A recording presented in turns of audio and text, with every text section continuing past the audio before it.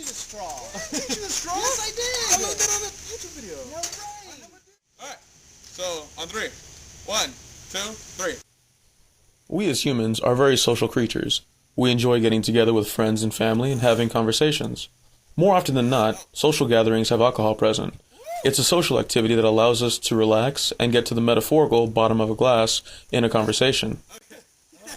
So why did I pick alcohol as my course theme? Alcohol has been in my life for as long as I can remember. I remember my father drinking a beer after work in my early childhood. I had no idea what it was. I just assumed it was for adults. Just like most people, my first social interactions with alcohol came about during high school. I had tasted beer with my father prior to high school, but it wasn't until I began dating an interesting girl my sophomore year that drinking to socialize really took off. As with most young men, I was simply trying to impress a pretty girl.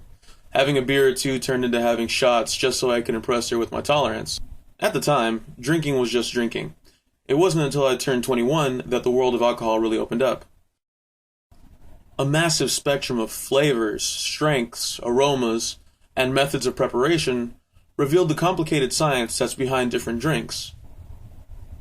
Enologists, or winemakers, for example, have different ways to extract juices from fruits, and that affects the taste of their respective wines. The juice from a grape that simply flowed out of it without having to be pressed is high in sugar, and therefore not as bitter as the ones that need to be pressed.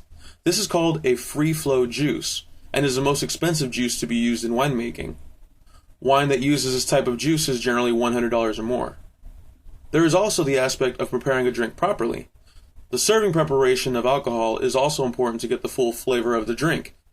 A great way to enjoy a strong Kentucky straight bourbon whiskey, such as this Wild Turkey Rare Breed, which has an alcohol content of 54.1%, is with a splash of spring water.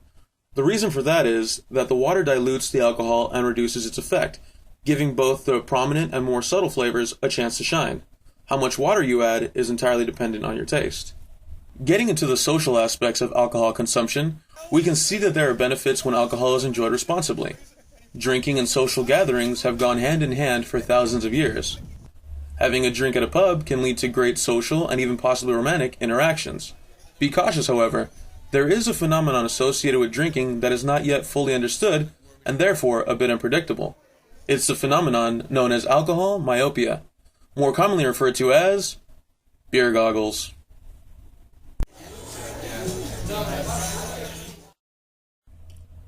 According to Doctors Steele and Josephs of the American Psychologist Journal, alcohol myopia is the short-sighted information processing that is part of alcohol intoxication. What this means is that alcohol myopia is the effect of alcohol on our perceptions.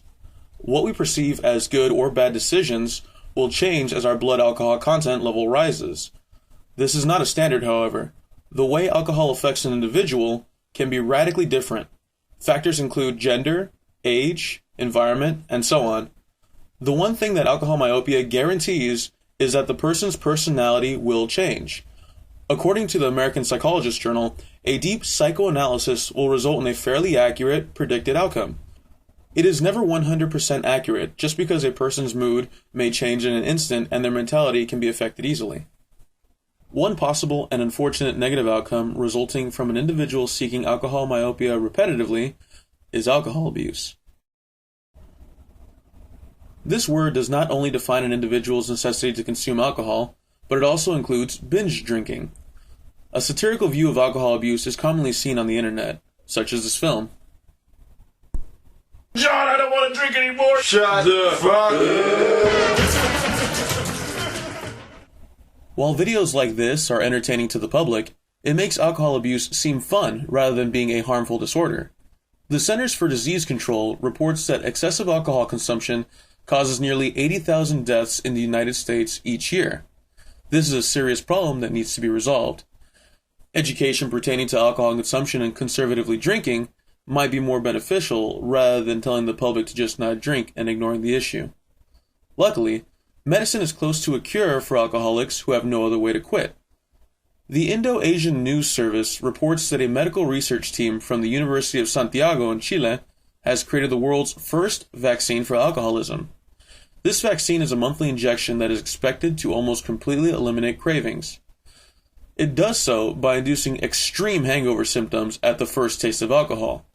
With strong willpower, applied education, and advances in medicine, we can cut down on the number of people who suffer from alcohol abuse. We can get back to just socially drinking and respecting alcohol. Together, we can fix it.